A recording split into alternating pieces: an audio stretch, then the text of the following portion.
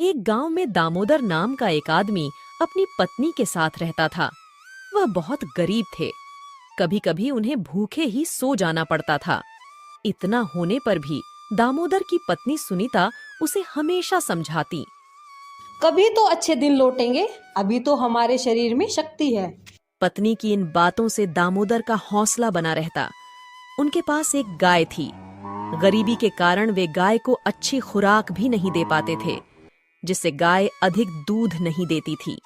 जो भी दूध मिलता उसे पीकर अपनी भूख मिटाते। खेती का मौसम आने पर दोनों काम पर निकल पड़ते। इस मौसम के जाने पर दोनों जंगल को जाते, सूखी लकड़ियां बीन कर लाते, उन्हें बेचते और उनसे मिले पैसों से अपना गुजारा करते। एक बार गाय ने बछिया को जन्म दिया। दामोदर की पत्नी ने सोचा, दुधारू गाय को खरीदने वाले लोग मिल जाते हैं, क्यों ना इसे बेचकर रुपयों से कोई धंधा शुरू किया जाए। उसने अपने मन की बात पति को बताई। दामोदर गाय बेचने को राजी हो गया। सुबह सुबह एक पोटली में थोड़ा चिड़वा बांधकर वह निकल पड़ा। घर से निकलते समय सुनीता ने गाय के कान में फुसफुसाते हुए कहा, हमें माफ कर देना गैया मैया, ईश्वर ने हमें गरीब नहीं बनाया होता तो हम तुम्हें कभी नहीं बेचते। इतना कहते कहते वह रोने लगी। दामोदर से पत्नी की हालत देखी नहीं गई। वह जल्दी से गाय को लेकर निकल पड़ा। चलते चलते धूप तेज हो गई। खाली पेट होने और तेज धूप के कारण वह थकान महसूस करने लगा। एक बहती हुई नदी को देखकर उसने सोचा, चलो नाश्ता कर लेते हैं, पीने के लिए पानी भी है और आज गर्मी भी बहुत है, इसी बहाने थोड़ा आराम मिल जाएगा। वह साथ लाया चिड़वा चबाने लगा। तभी उसका ध्यान एक आदमी पर पड़ा जो गधे को लेकर उसके सामने खड़ा था। उसने पूछा, अरे भाई, गाय बेचने जा रहे हो क्या? हाँ भाई, मैं गाय बेचने के लिए जा रहा था। आज गर्मी बहुत थी, मैंने सोचा थोड़ी देर आराम कर लेता हूँ। उस आदमी को गाय अच्छी लगी, साथ में बछिया भी थी। उसने कहा, भाई, मेरे पास पैसे तो नहीं है। हाँ, अगर मेरे गधे के साथ बदला करना चाहो तो मैं तैयार हूँ। तुम गधा ले लो और मुझे गाय दे दो। उस आदमी की बातों को सुनकर दामोदर सोचने लगा, यदि आज गाय नहीं बिक पाई तो मैं घर नहीं लौट सकूंगा, और अगर घर न लौटा तो पत्नी चिंता करेगी। अगर गधा ले लेता हूँ तो घर लौटने में देरी नहीं होगी और गधे पर बैठकर जंगल से लकड़ियां लाने में भी आसानी होगी। दामोदर ने सहमति जताई। सौदा तय हुआ। फिर वह घोड़े पर बैठकर घर की ओर चल पड़ा। वह कुछ ही दूर चला होगा कि रास्ते में उसने बकरी के झुंड को आते देखा। वह सोचने लगा, गधे से अच्छी तो बकरी है, बकरी से दूध भी मिलेगा। उसने अपने मन की बात गडरिया से बताई। भाई, आप मेरे गधे के साथ बदला करोगे? आप मुझे एक बकरी दे दो और बदले में ये गधा ले लो। गडरिया उसकी बात सुनकर खुशी से उछल पड़ा।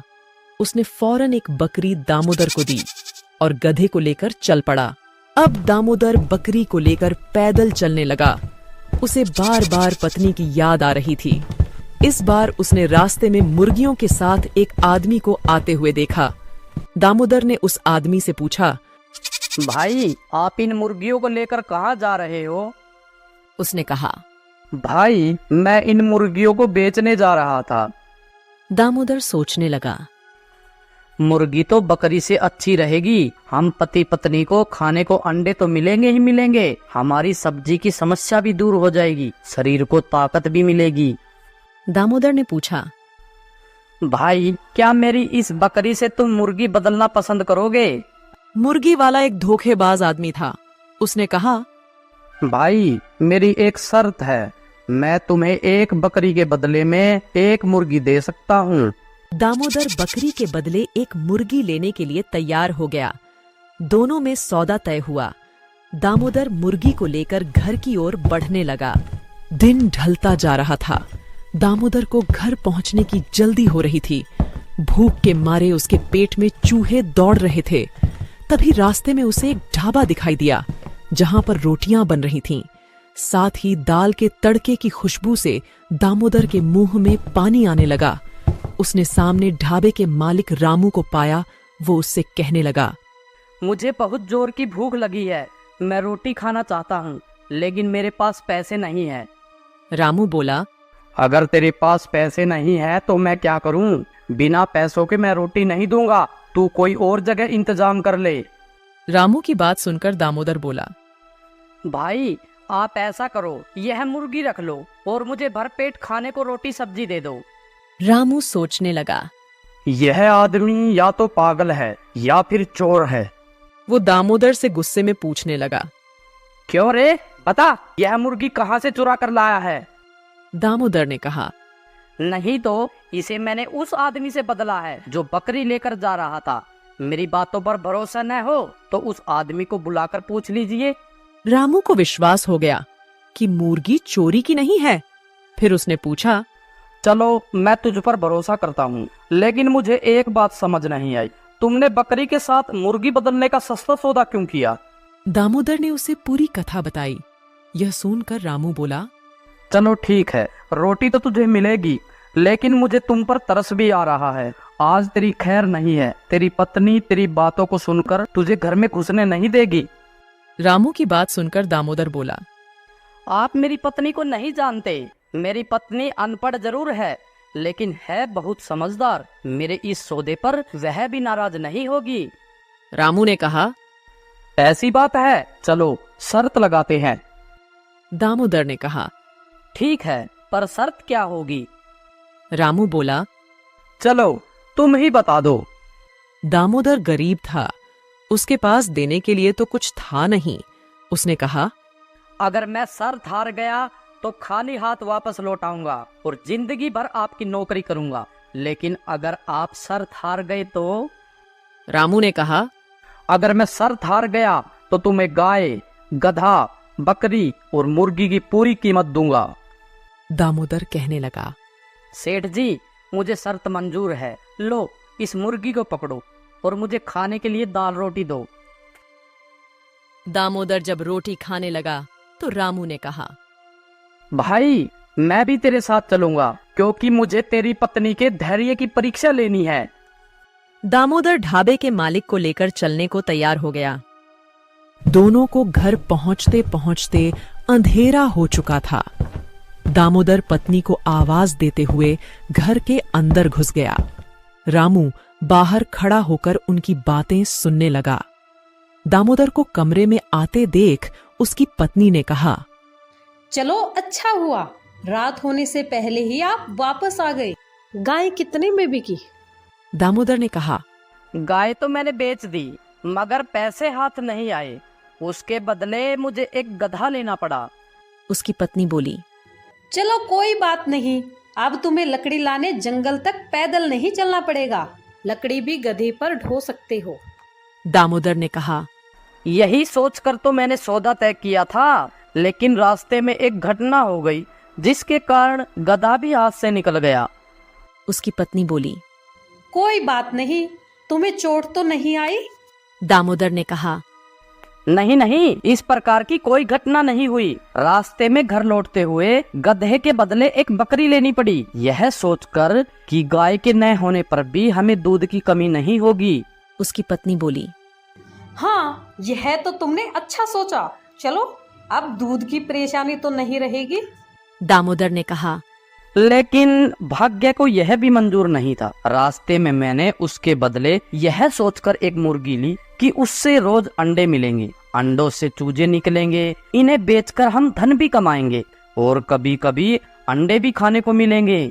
उसकी पत्नी बोली, यह भी बहुत अच्छा सोचा, मुझे भी बहुत दिनों से मुर्गी पालने की इच्छा हो रही थी, कहाँ है मुर्गी? दामोदर ने कहा, लेकिन भाग्यवान मुर्गी भी हाथ से निकल गई। दामोदर की पत्नी ने हंसते हुए पूछा, कैसे? दामोदर ने कहा, वो हुआ कुछ यूं कि सुबह से मैं भूखा था, रास्ते में एक ढाबा मिला, खाने की खुशबू से मेरे पेट में चूहे दौड़ने लगे, मैं अपने आप को रोक नहीं सका, मुर्गी के बदले मैंने ढाबे पर भरपेट रोटियां खाई। दामोदर की पत्नी ने कहा, मेरे लिए यह कितनी खुशी की बात है कि तुमने कई दिनों बाद भरपेट रोटियां खाई। तुम स्वस्थ और कुशल रहते हो तो हम लोग कमाते रहेंगे और कभी मुर्गी भी खरीद कर पाल लेंगे। चलो मुंह हाथ धो लो। दामोदर ने रामू को अंदर आने के लिए कहा। रामू दामोदर की पत्नी की समझदारी और सहनशील स्वभाव की प्रशंसा करते हुए बोला, बहन जी, आप एक बात बताओ, आपके पति ने इतनी बड़ी बेवकूफी की, फिर भी आपको उस पर गुस्सा नहीं आया? आपकी सहनशीलता की तारीफ करनी पड़ेगी। दामोदर की पत्नी ने कहा, भाई, ईश्वर ने हमें गरीब और संतानहीन बनाया है। हमारे बीच जो प्रेम है उसे हम अपनी अमूल्य संपत्ति समझते हैं और इसके लिए ईश्वर को धन्यवाद देते हैं। अब हम क्रोध दिखाकर ईश्वर के इस अमूल्य उपहार को गंवाना नहीं चाहते, न ही इसके जीवन को नरक बनने दूंगी। मेरे लिए तो इसका सुख सब कुछ है, इसलिए मैं क्रोध नहीं करती। दामोदर की पत्नी की बातों से ढाबे का मालिक अत्यंत प्रभावित हुआ। इसके अलावा शर्त के अनुसार उसने उसे 5,000 रुपए दिए, साथ ही उन्हें नौकरी पर भी रख लिया। एक गांव में रमेश नाम का किसान रहता था। परिवार में उसकी पत्नी और 2 बच्चे थे। वह अपने छोटे से खेत में फसलें उगाता था, जिससे कि वो अपने परिवार के लिए 2 वक्त का खाना जुटा पाता था। लेकिन इस साल बारिश न होने की वजह से उसकी फसलें इतनी अच्छी नहीं हो पाई। एक दिन वह अपनी पत्नी के साथ खेत पर खड़े होकर कह रहा था, हे भगवान, अगर बारिश हो जाए तो इस बार सभी किसानों की फसलें अच्छी हो जाए। उसकी पत्नी भी कहती है, सही कहा आपने। अगर बारिश हो जाती है तो इस बार काफी अनाज हमारे पास आ जाएगा। बारिश की आस में किसानों की उम्मीदें टूटने लगती हैं, लेकिन बारिश की एक भी बूंद जमीन पर नहीं गिरती। परिणाम यह होता है कि सभी किसानों की फसलें बर्बाद हो जाती हैं। रमेश की फसल भी पूरी तरह बेकार हो जाती है। ये देखकर रमेश कहता है, हे भगवान, इस बार किसानों का बहुत नुकसान हुआ है। फसलें पूरी तरह से नष्ट हो चुकी है। मैंने तो इस फसल और बच्चों की पढ़ाई के लिए कर्जा भी नहीं रखा था। अब मैं इस कर्जे को कैसे चुका पाऊंगा? यह सुनकर रमेश की पत्नी रमेश को सहारा देते हुए कहती है, कोई बात नहीं, अब जो होना था वो हो गया। हमारी पड़ोस वाली दीदी कह रही थी कि महेश भाई शहर गए हैं। हो सके तो आप भी शहर चले जाइए। शहर जाकर थोड़ा पैसा कमा पाएंगे तो कर्जा भी चुका देंगे। यह सुनकर रमेश कहता है, हाँ, अब मेरे पास केवल 2 ही रास्ते हैं। या तो मैं शहर जाकर थोड़े बहुत पैसे कमा लूं या फिर खेत बेच दूं। लेकिन मैं खेत बेचना नहीं चाहता, क्योंकि हमारे पालन पोषण का यही एकमात्र सहारा है। बाद में रमेश और उसकी पत्नी दोनों मिलकर रमेश के शहर जाने को ही उचित समझते हैं। अगली सुबह रमेश शहर जाने की तैयारी करता है। वह अपनी पत्नी से कहता है, सुनो, मैं खाली हाथ शहर जा रहा हूँ। कोशिश करूंगा कि कहीं अच्छा सा काम ढूंढ लूं और थोड़ा बहुत पैसा कमा लूं। जैसे ही कुछ पैसे हो जाएंगे मैं तुम्हें खर्चे के लिए भिजवा दूंगा। रमेश के जाते वक्त उसकी पत्नी उसे कुछ पैसे देती है। यह देखकर रमेश कहता है, यह पैसे कहाँ से आए तुम्हारे पास? रमेश की पत्नी कहती है, मैंने थोड़ा थोड़ा करके ये पैसा जमा किए थे अपने बुरे वक्त के लिए। अब शायद इनका सही वक्त आ चुका है।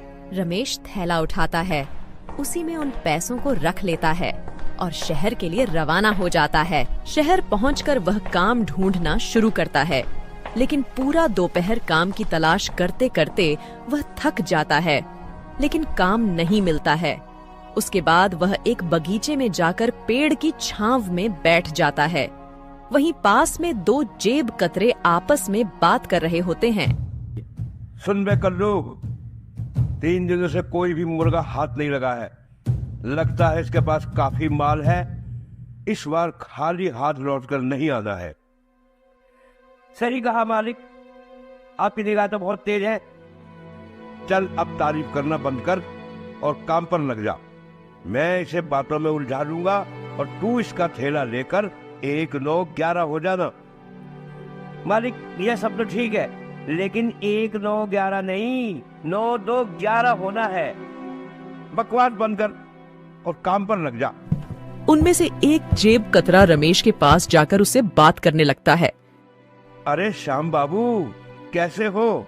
बड़े दिनों बाद दिखाई दिए हो। अरे भाई, आप कौन हो? मैं तो आपको जानता भी नहीं। और मेरा नाम श्याम बाबू नहीं, मेरा नाम तो रमेश है। अरे हाँ, तभी मैं कहूँ कि तुम्हारा नाम भूल रहा हूँ। अच्छा, और बताओ क्या हाल है? अरे क्या बताऊं भाई, गांव से शहर आया हूँ काम की तलाश में, लेकिन काम मिल नहीं रहा। अगर आप मुझे जानते हो तो मेरे लिए कोई काम ही बता दो। इन दोनों की बातचीत हो ही रही थी, तभी कल्लू रमेश का थैला लेकर 9-2-11 हो जाता है। पहला जेब कतरा कहता है, अरे भाई, लगता है पहचानने में गलती हो गई। चलो मैं चलता हूँ। अजीब लोग हैं शहर की, पहले खुद ही जान पहचान का दिखावा करते हैं और बाद में खुद ही अनदेखा करने लगते हैं। इतने में रमेश की नजर अपने थैले की ओर पड़ती है, लेकिन वहां पर थैला न देखकर वह काफी निराश हो जाता है और कहने लगता है, शहर के लोग तो बड़े ही दयाहीन हैं। मैं तो सोचता था शहर के लोगों का बड़ा दिल होता है, लेकिन यहाँ तो दिल है ही नहीं किसी के पास। गरीब के थैले को भी नहीं छोड़ते। वह भगवान से प्रार्थना करता है कि वही उसकी मदद करें। इतने में रमेश के पीछे से एक दर्द भरी आवाज आती है, बचाओ बचाओ। रमेश उस आवाज को सुनता है और देखता है कि वहां एक घायल व्यक्ति जमीन पर नीचे पड़ा हुआ है। उसके आसपास से लोग गुजर रहे हैं, लेकिन कोई भी उसे सहारा नहीं दे रहा है। रमेश उसकी घायल स्थिति को देखकर तुरंत हॉस्पिटल ले जाने का इंतजाम करता है। हॉस्पिटल ले जाकर वह डॉक्टर से बात करता है। डॉक्टर साहब, जरा इन्हें देखिए, यह बहुत घायल है और दर्द के मारे तड़प रहे हैं। डॉक्टर उस व्यक्ति की हालत देखता है और कहता है, तुरंत इलाज शुरू करना होगा। इसके लिए तुम्हें कुछ पैसे काउंटर पर जमा करने होंगे। ये सुनकर रमेश आश्चर्य में पड़ जाता है और डॉक्टर से कहता है, डॉक्टर साहब, आज ही सुबह मैं शहर आया हूँ काम की तलाश में, लेकिन काम तो मुझे मिला नहीं। ऊपर से मेरा बैग भी किसी ने चुरा लिया है। डॉक्टर उस व्यक्ति का तुरंत इलाज शुरू कर देते हैं और कुछ समय बाद बाहर निकलते हैं। तभी रमेश अपनी जेब से एक पर्स निकालता है, जो उसे घायल व्यक्ति को हॉस्पिटल लाते हुए उसकी जेब से गिरते हुए मिल गया था। वह उसे डॉक्टर को दिखाते हुए कहता है, ये लीजिए डॉक्टर साहब, ये इन्हीं का पर्स है। मैंने तो इसे खोला भी नहीं है, देख लीजिए, शायद इसमें कुछ पैसे हो। डॉक्टर उस पर्स को चेक करता है तो उसमें बहुत सारे आईडी कार्ड और क्रेडिट कार्ड होते हैं। जब डॉक्टर उनकी आईडी कार्ड को चेक करता है तो उसे पता चलता है कि यह तो शहर के सबसे अमीर आदमी है। वो तुरंत रमेश से कहता है, अच्छा हुआ जो तुम इन्हें हॉस्पिटल लेकर आ गए। तुम जानते हो, ये शहर के सबसे बड़े आदमी हैं। मुझे नहीं पता डॉक्टर साहब, मैंने तो अपना फर्ज निभाया है। डॉक्टर रमेश को शाबाशी देता है और कहता है, कल सुबह इन्हें होश आ जाएगा। तुम कल सुबह आकर इनसे मिल सकते हो। रमेश रात भर उस गार्डन में ही सोता है और सुबह होते ही वह हॉस्पिटल वापस आ जाता है और डॉक्टर से पूछता है, डॉक्टर साहब, अब इनकी तबीयत कैसी है? डॉक्टर कहता है, हाँ, अब बिल्कुल ठीक है, तुम इनसे मिल सकते हो। डॉक्टर उस व्यक्ति से रमेश का परिचय कराते हुए कहता है, यह रमेश जी हैं, इन्होंने ही आपकी जान बचाई है। घायल अवस्था में यही आपको हॉस्पिटल लेकर आए थे। यह सुनकर अशोक जी कहते हैं, धन्यवाद मेरी जान बचाने के लिए। तुम कौन हो और क्या करते हो? तभी रमेश कहता है, मैं गांव से शहर आया हूँ एक अच्छे से काम की तलाश में, लेकिन अभी तक मुझे कोई भी काम नहीं मिला है। मेरे ऊपर कर्ज है, मैं उस कर्ज से मुक्त होना चाहता हूँ, इसलिए मैं शहर पैसे कमाने के लिए आया हूँ। अशोक जी ये सोचकर हैरान हो जाते हैं कि यह व्यक्ति इतनी परेशानी में होते हुए भी मुझे हॉस्पिटल लेकर आया। वह कहते हैं, मुझे ये जानकर बहुत अच्छा लगा कि इस समय भी तुम जैसा अच्छा और ईमानदार इंसान है। एक काम करना, कल मेरी छुट्टी है तो तुम कल सुबह ठीक इसी समय आना। मेरे पास तुम्हारे लिए काफी अच्छा काम है। रमेश शुक्रिया अदा करते हुए वहां से चला जाता है। अगले दिन ठीक उसी समय हॉस्पिटल पहुंचता है। हॉस्पिटल से वे दोनों अशोक जी के घर के लिए रवाना हो जाते हैं। घर में प्रवेश करते वक्त रमेश उनके बड़े से महल और बड़ी बड़ी गाड़ियां देखकर हैरान रह जाता है और सोचता है कि यह व्यक्ति कितने अमीर होंगे। रमेश अंदर जाकर सोफे पर बैठ जाता है। तभी अशोक जी नौकर से उसके लिए पानी और खाने के लिए कुछ लाने को कहते हैं। अशोक जी कहते हैं, रमेश, तुम कुछ खा पी लो, मैं 15 मिनट में आता हूँ। कुछ देर बाद अशोक जी आते हैं और कहते हैं, रमेश, शहर के बाहर मेरी एक बड़ी फैक्ट्री है जिसमें खेती से जुड़े उत्पाद बनाए जाते हैं। खाने पीने का कोई झंझट नहीं है। वहाँ पर तुम्हें खाने पीने को सब मिलेगा, रहने को घर मिलेगा। अगर तुम सहमत हो तो तुम इस काम को कर सकते हो। रमेश कहता है, यह तो मेरे लिए बहुत ही अच्छी बात है। वैसे भी मैं एक किसान हूँ। खेती बाड़ी के बारे में मुझे बहुत अच्छे से पता है। मैं इस काम को अच्छे से कर पाऊंगा। अशोक जी कहते हैं, तुम चाहो तो अपने परिवार को भी यहाँ लाकर रह सकते हो। अशोक जी रमेश को कुछ पैसे देते हैं जिससे वह अपने कर्ज को चुका पाए। फिर रमेश गांव जाता है और अपने कर्जे को पूरी तरह चुका देता है और अपने परिवार के साथ शहर वापस लौट आता है। अशोक जी रमेश के दोनों बच्चों की पढ़ाई का खर्चा भी खुद ही उठाते हैं और उनके खाने पीने का और रहने का ख्याल भी रखते हैं।